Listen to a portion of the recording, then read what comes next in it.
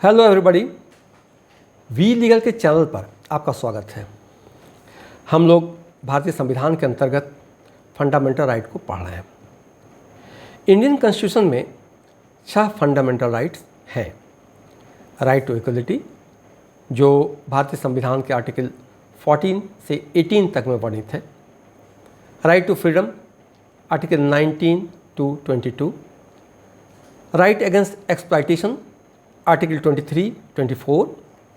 Right to freedom of religion, article 25 से 28 तक।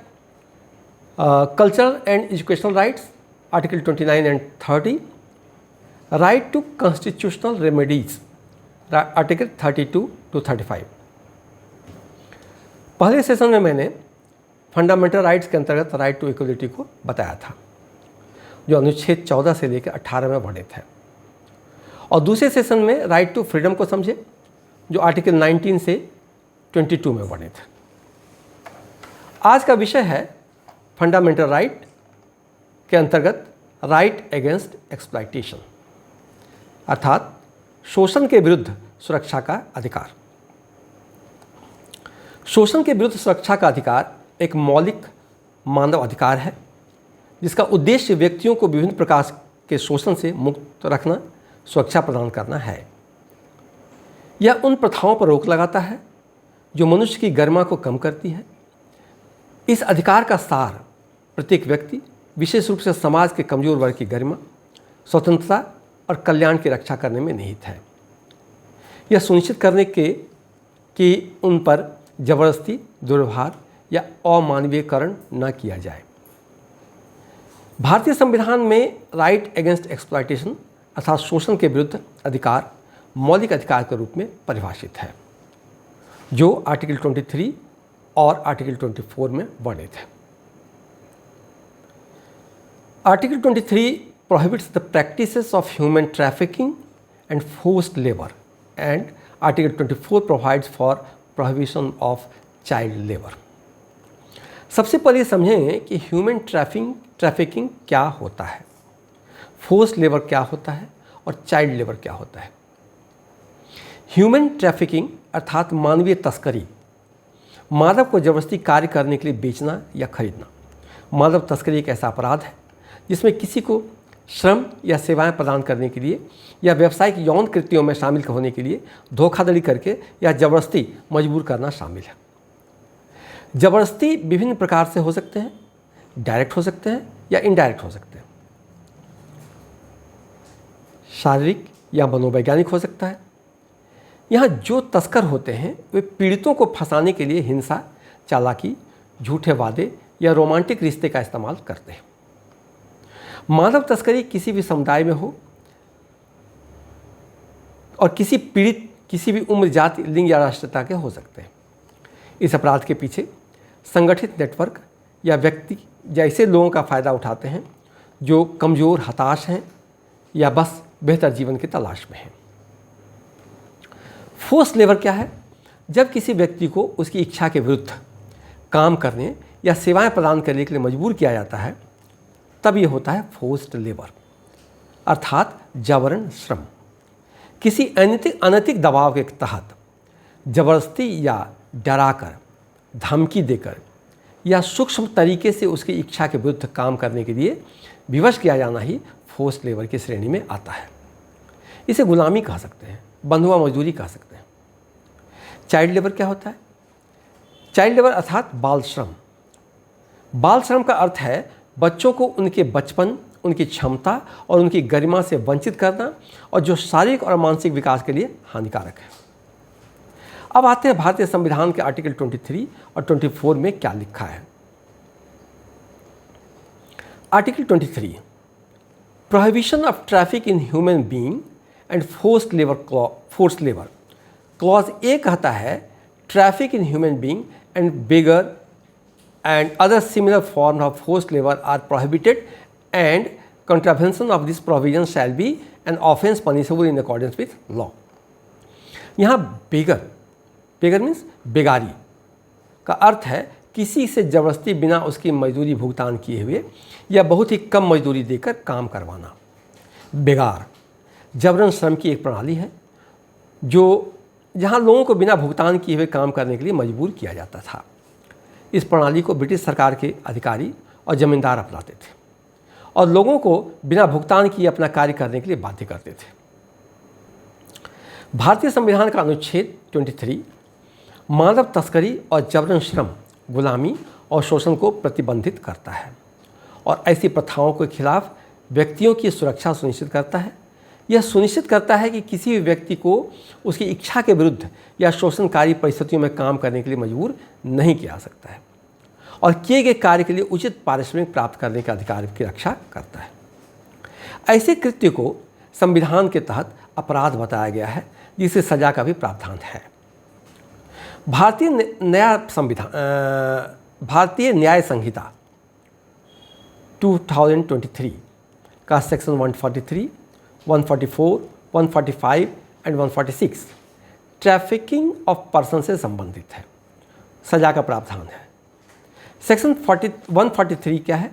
Section 143 है whoever for the purpose of exploitation recruits, transport, harbors, transfers or receives a person or person by using threat, force or any other form of coercion, by abduction, by fraud, by abuse of power, by induction, shall be punished with rigorous imprisonment for a term which shall not be less than 7 years, but which may extend to 10 years and shall also be liable to fine. इस तरह section 144 exploitation of trafficked person, section 145 habitual dealing in slabs and section 146 unlawful compulsory labour से संबंधित sections है, जो न्याय संहिता है उसमें प्रावधान है इसमें सजा का। इस नए भारतीय न्याय संहिता 2023 के पहले इंडियन पैनल कोड में इसका प्रावधान सेक्शन 370 से 374 तक दिया गया था। महत्वपूर्ण है कि आर्टिकल 35 के तहत पार्लियामेंट को इस संदर्भ में कानून बनाने का अधिकार है।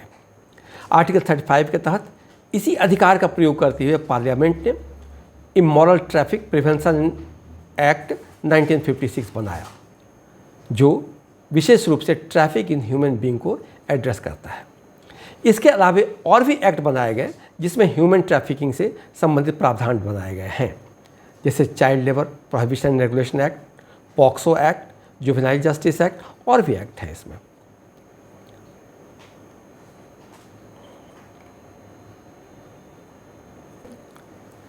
दूसरी बात आती है फोर्स्ड लेबर अर्थात जबरन श्रम। फोर्स्ड लेबर को स्पष्ट कर दें।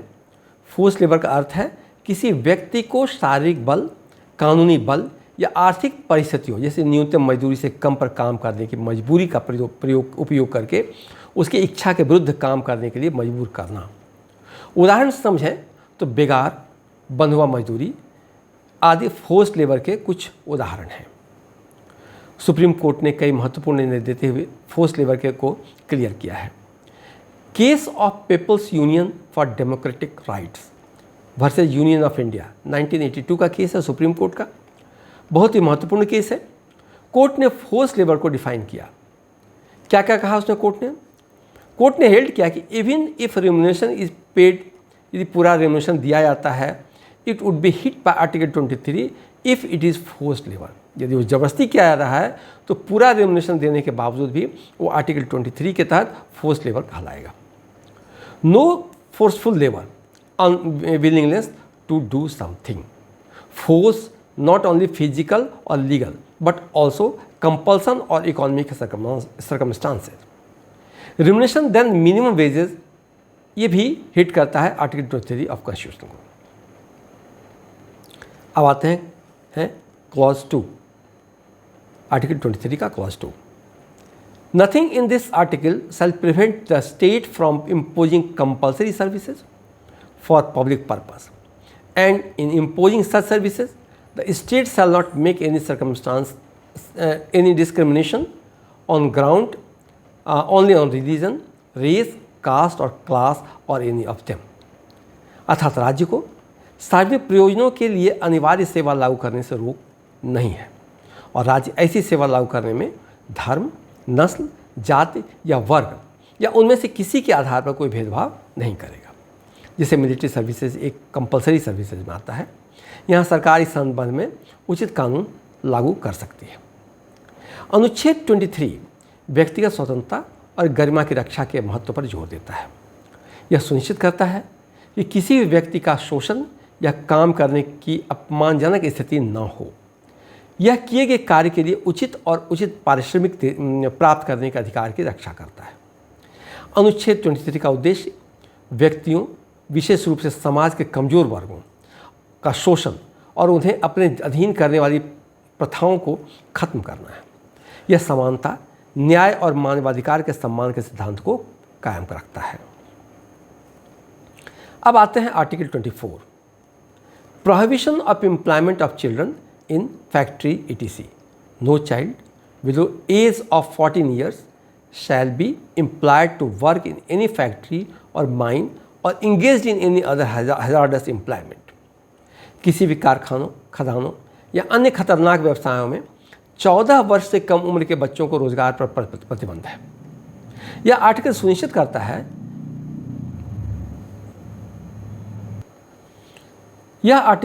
करता है कि बच्चों को शोषण से बचाया जाए, उनके शिक्षा और विकास के अवसरों तक पहुंचाया जाए। इसका उद्देश्य कुछ खतरनाक व्यवसायों में बच्चों के रोजगार पर रोक लगाकर उनके अधिकारों और कल्याण की रक्षा करना है। यहाँ अगर आर्टिकल 21A को देखें, कॉन्स्टिट्यूशन आर्टिकल 21A को देखें, तो यह 6 वर्ष से 14 वर्ष की आयु के बच्चों के लिए शिक्षा के अधिकार की बात करता है। इस उद्देश्य से भी बाल श्रम पर रोक लगाकर अनुच्छेद 24 शिक्षा के अधिकार की प्राप्ति को बढ़ावा देता है और यह सुनिश्चित करता है कि बच्चों को उचित स्कूली शिक्षा के माध्यम से अपनी क्षमता और कौशल विकसित करने का अवसर मिले। संक्षेप में कहें तो भारतीय संविधान किसी प्रकार से दबाव में लाकर श्रम करवाने पर रोक लगाता है और कम उम्र के बच्चों को शोषण से बचाने और उनकी शिक्षा और विकास के अधिकार को सुनिश्चित करने का प्रावधान देता है और सामाजिक न्याय और मानवीय गरिमा को बढ़ावा देता है। ये प्रावधान मानवीय अधिकारों को बनाए रखने और शोषण को रोकने, सभी नागरिकों के लिए एक सुरक्षित और अधिक न्याय संगत समाज सुनिश्चित करने की भारत की प्रतिबद्धता को दर्शाता है। आज बस इतना ही। अगले सेशन में पढ़ेंगे right to freedom of religion. Video को देखते रहिए। हम इस चैनल पर कानून से संबंधित जानकारी लेकर आते रहेंगे। जानकारी अच्छी लगे तो लाइक और शेयर करें। चैनल को सब्सक्राइब कर लें ताकि हम आपसे आसानी से जुड़े रहें। धन्यवाद।